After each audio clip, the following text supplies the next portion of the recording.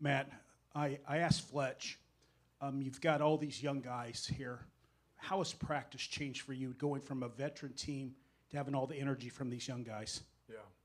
Well, I think more than anything for us, I think they come to practice, they want to get better. We have a very quiet group, which, you can't let your, personality be your competitive personality. Like, you have to be able to outwardly speak and talk and communicate on the basketball floor. And we struggle with that. So it's like a chore for us to get them to talk all the time just because of the personalities. But it doesn't mean they're not competitive, because they are. But I think that's been the biggest hurdle for us. And not just our younger guys, it's really across the board. Our older guys get it, and they have, that habit programmed. So I think that's going to be something we just have to stay on top of and keep fighting them. Like, you got to keep fighting somebody to be able to speak, especially on the defensive end. Matt, 2 years ago, you played Fletcher and Braden out of necessity as much as ability. Now you have them to kind of mentor two freshman guards who clearly physically look like they're ready to do this. How much more of a benefit is that you kind of have that natural progression from those two down to Jakari and CJ? Yeah, I think it gives us that flexibility more than anything.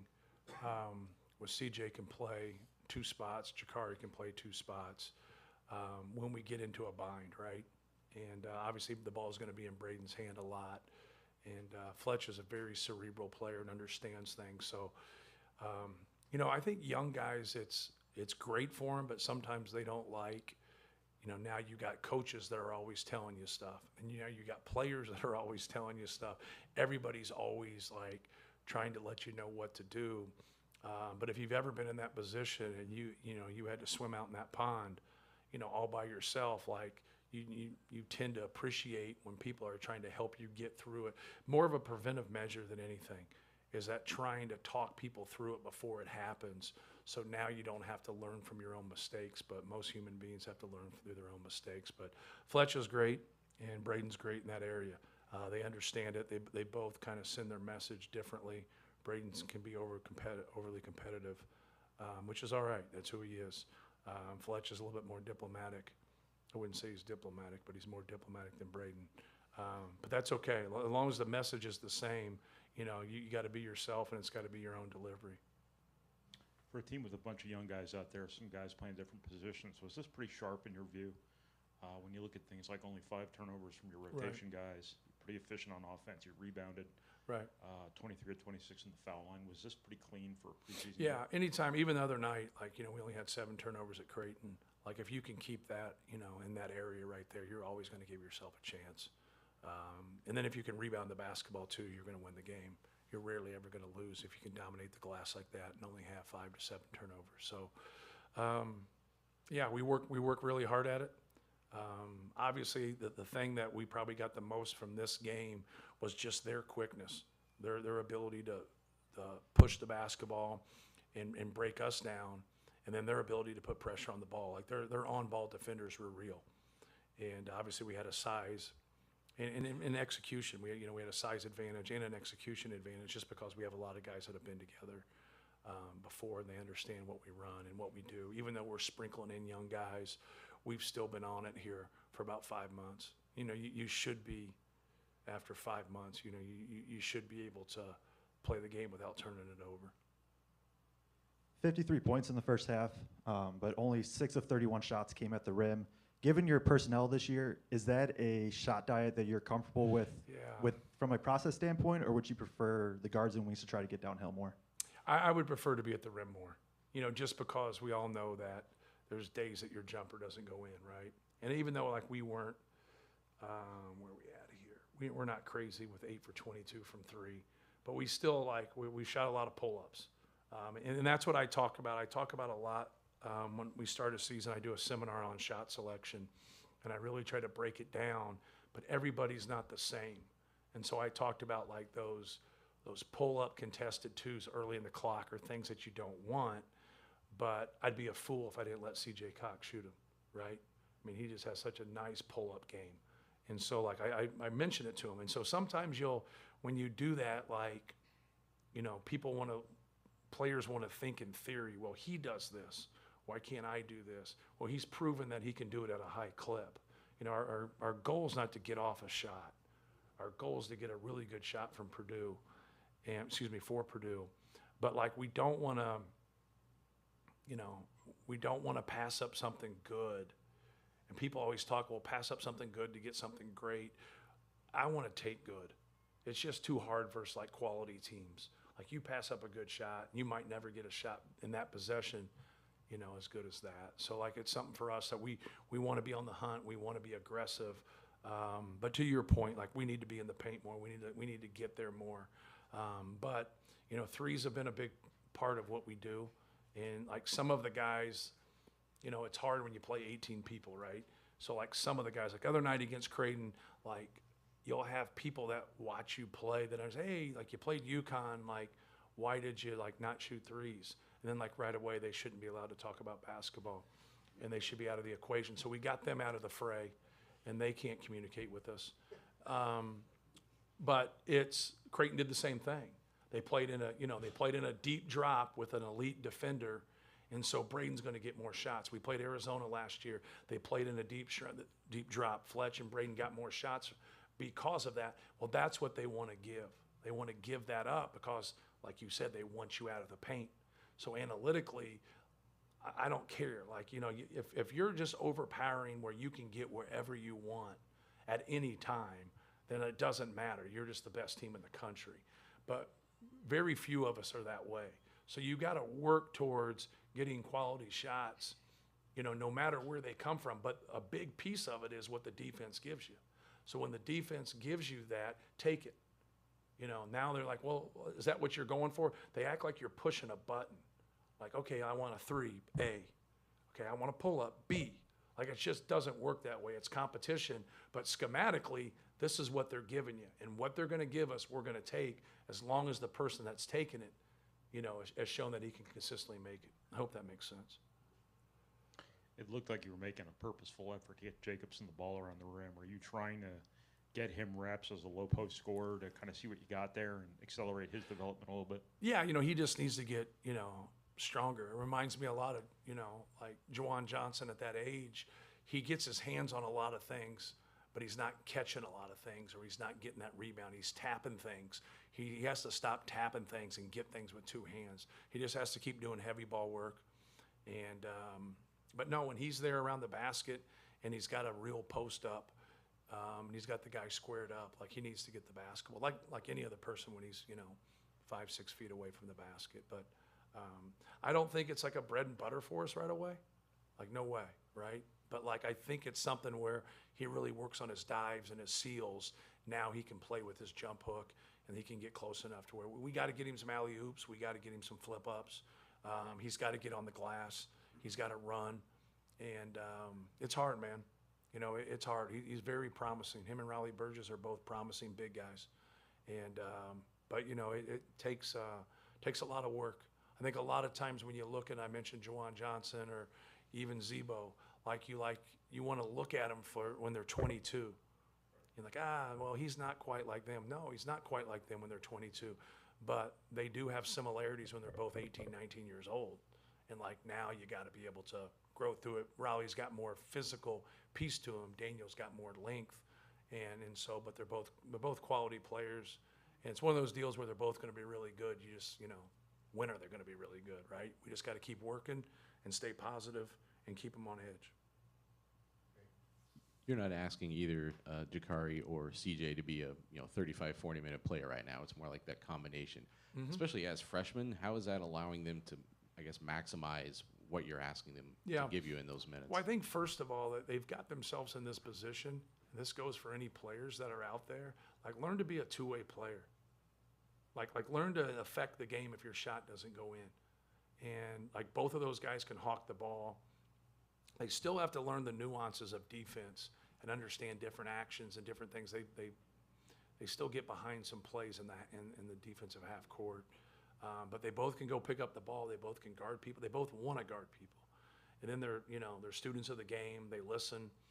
They're wanting to get better, but they can make shots. You saw Jakari a little bit today, get to the rim and get a layup. He got that pull up. He made a 3. CJ's pull-up game speaks for itself. Like, he's a threat. And you need that, like, especially late clock, right? You got to get somebody that can go make a play besides Braden at that point. But they both have put themselves in a really good position with that. And then a lot of what happens, I think, because like you guys will like, right, this guy will start or this guy will start. You got to form your team through your three guys, right? We're forming our team through Braden Smith, Fletcher Lawyer, and Trey Kaufman-Wren. They've put themselves ahead of everybody else. Doesn't mean like other people don't have value, because they do. Now, like, who's the best with them? I think that's where Lance really helped us last year, because Lance was the best. He wasn't the only player we had, but he was the best to go into that fray. And then Mason was fabulous. He's probably the best sixth man in the country, you know, coming off the bench. And obviously Zach. Who's the best with Zach, right? And that brings your value up as you start to help everybody else. So now those two guys have really been good for Braden and Fletch. They both of us give us another defender. They both give us quickness. They both give us a ball handler. And I think that's really, really going to help us. Now we got to get like that other spot there, right? We got to be able to get that to where, like, how productive can we be? Who's the most productive? Maybe it's different game to game, week to week. I don't know that answer.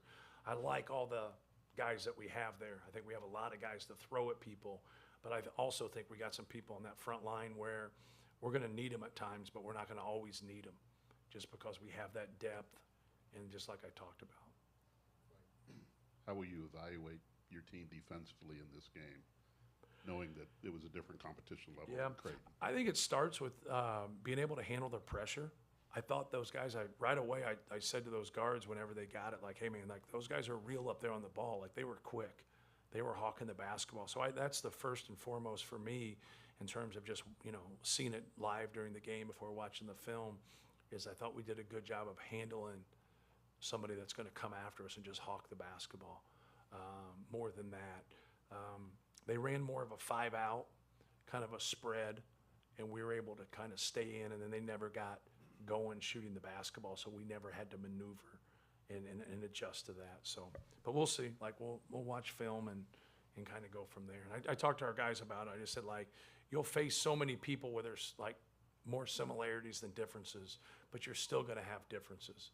And now each style can you know, kind of show some weaknesses where the previous style didn't. Yeah, through a couple of exhibition games, you've played several different guys at the center spot. I guess just what have you learned about that position for your team right now? I think it's hard because, like, you look at all the guys that play. Daniel played 14 minutes. Raleigh played 12 minutes. Caleb played 12 minutes. Will played 10. Like, and so it's really hard to kind of gauge. I think more than anything is we have a lot of options. We have a lot of depth there, but nobody's really like separated themselves, right? And so it's hard to comment on. You like them, but you want to see more consistency from them. I think that's the key. You always give kind of a wait and see for someone who hasn't done it yet. The people that have been through it before, they should have an advantage there. They should be able to take care of that. But we also, like, when we go with like two like 4 or 5s, like Trey and Caleb together, if you have an elite center, like, we don't have the size to combat that as well. So I think first and foremost, like, kind of thinking like, who can we be functional with offensively, and who can rebound? Like, who can get us some. It was good to see Will tonight. He got some good rebounds in there, but who can rebound at a high level for us, defend? I think that's the person that'll end up separating herself. I think you can kind of look there and say, who's got the highest ceiling? I think that's, you know what I mean? Like, we got some young guys with very high ceilings, but we got to win our game on Monday, right? It's Monday, right? Right? Come on, don't shrug, noob. You know this answer. So yeah, I think that's. But I'm pleased. Sometimes there's not separation. It doesn't mean that they're not doing well. Like, Jakari really separated himself with just being a two-way player and handling the basketball and kind of giving what we need in that spot. But yet, if we play some traditional Big Ten teams, you know, we can play Braden and play like 2 wings together, right? Where like that's going to be all right. But if you come and press us and do stuff like we've proven, a couple years ago that didn't work. That did not work. Go ahead, Sam. Going back to you saying you evaluate people as 22-year-olds when they're 18, I think back to Trey Cauley, who redshirted, and then he wasn't even playing a lot, but you told us he was an all Big Ten caliber player in the future. Right. And he just stayed patient. Last year, obviously, he didn't have the opportunities with Zach, but how are Right. you seeing the payoff now with what this season could be now that he's going to have a chance of opportunities to have more games like this? Yeah, like he's, the thing that he's probably done better than anything he's done in the past is his passing. And you didn't really see a lot of it today, but he's really passed the ball well in practice. And we double him a lot because we double the post. They didn't post up tonight, so you don't see it. Creighton posted up a little bit, so you didn't see it much. But we go after, trying to keep the ball out of the paint, so he's done a great job just passing and taking what's there. He's put a lot of time into his game. And that's the thing that really, you got to have it, right? You got to have a game. You just can't sit there and say, hey, I work hard. But there's got to be some results somewhere because Trey works really hard and puts in a lot of time. But you could see it in practice. He would score on Zach in practice. He would make plays, but we didn't run a lot for him. In the NCAA tournament, we went to him a couple times more. Last year against Illinois, if he got it going a little bit, we would run a couple more things. But we were pretty content to run things for Braden and Zach occasionally, for Fletch. So I think he'll get more. I don't think he will get more. He'll get the basketball a lot more. And then it's now, how to utilize him, because I think they got to make a decision as a post-up four. You know what I mean? Not everybody posts their four. So, we used to do it with Biggie and do that and really have that matchup to where now you got your five low down there in a great rebound spot. If that guy wants to come over, you got those easy dump down, spray outs. So, I'm looking forward to it. I think he's going to have a fantastic year. That kind of segued into my question. I think he got you 3 wide open threes there in the first half, passing out of help. Are his instincts there? Yes. Where they need to be? Yes, without question. He's got a good feel of what's going on. I think it's just kind of slowed down for him more than anything, how things come at him. And I always said that when we would scrimmage. We'd scrimmage and we'd double him all the time. And so I said, hey, you got to be a passer here. That's just what they're giving us. No different than if somebody plays us in a drop. It's just a 2-on-2 game right there. You're not going to get those threes from those wings right there when you do that. So, no, he's done really well. He's worked really hard. CJ seemed to kind of fall into your lap there late in the recruiting cycle. And you mentioned earlier his pull-up game and being really confident in that ability already as a freshman. Was that what caught your eye initially with him when you got a chance to see him? And is that something you already have confidence in to run sets for him as a freshman? Yeah. No, I was recruiting another kid, and he just happened to play against him last game of the summer. And I saw him, and so then I got with everybody and just started talking, and then I got the huddle password from his prep school coach. And so I watched 6, 7, 8 games and watched him play. Then I started to dig into his background and just how he was as a person. And dad was a great guy. Prep school was a great guy. AAU guy was a great guy. Everything checked off, and everybody said the same thing about him. Tough, hard-nosed, education's important. Obviously, we really beat 2 or 3 Ivy League schools for him, but he could make a pull-up, he could guard, and he could handle the basketball, and he was a team guy. So the thing that caught my eye was, besides him playing well in that game, he had 26 in the game, was after it was over with, everybody on the team hugged him. And so I was like, what in the hell are we hugging somebody for after an AAU game on July 27th? I was right away. So I called the guy. I said, what's the deal, man? I didn't know him. I didn't know his AAU coach. And he played for Middlesex Magic on the East Coast. And he said, oh, he's the greatest kid ever. We love him. He's been in our program since he was a 3rd grader. He's worked hard. He's gotten better. So then he played with Brad Stevens' son the year before that. So then I was trying to get Brad Stevens' son to walk on. He went to Notre Dame to walk on instead.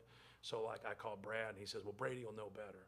So then I got Brady to talk to me. Then so I got somebody close to the situation that knew him as a person and everything. And so then I recruited him, and then I was just honest right there. I said, hey, I've recruited this other kid, and if he doesn't take it, I'm going to offer you a scholarship. And I just said, if that turns you off, then I'm just being honest. And then it just took too long for the other kid. He just was just taking forever. And I was like, man, I really like this guy. I really think he would fit here, and I think he would be a great player for us. So he didn't fall in my lap. I actually worked for it. So you can call it falling in your lap, but there's a lot of hours right there. So, but no, you got to be able to sit there and say, of all the things that are important to you, he checks those boxes. And he's not ranked, and he's only getting offers from the Ivy League, and it doesn't matter. Being ranked doesn't matter. Who's recruiting you doesn't matter. Like, it fits. It's winning basketball. It's being around somebody that wants to get their education at Purdue, wants to play at a high level, wants to compete, and he's just came in and worked. He's one of those guys that carries a big stick and keeps his mouth shut, which you can't have enough of guys like that. All right, thank you. Thank you, guys. You were watching Aaron Fine tonight, right? Huh?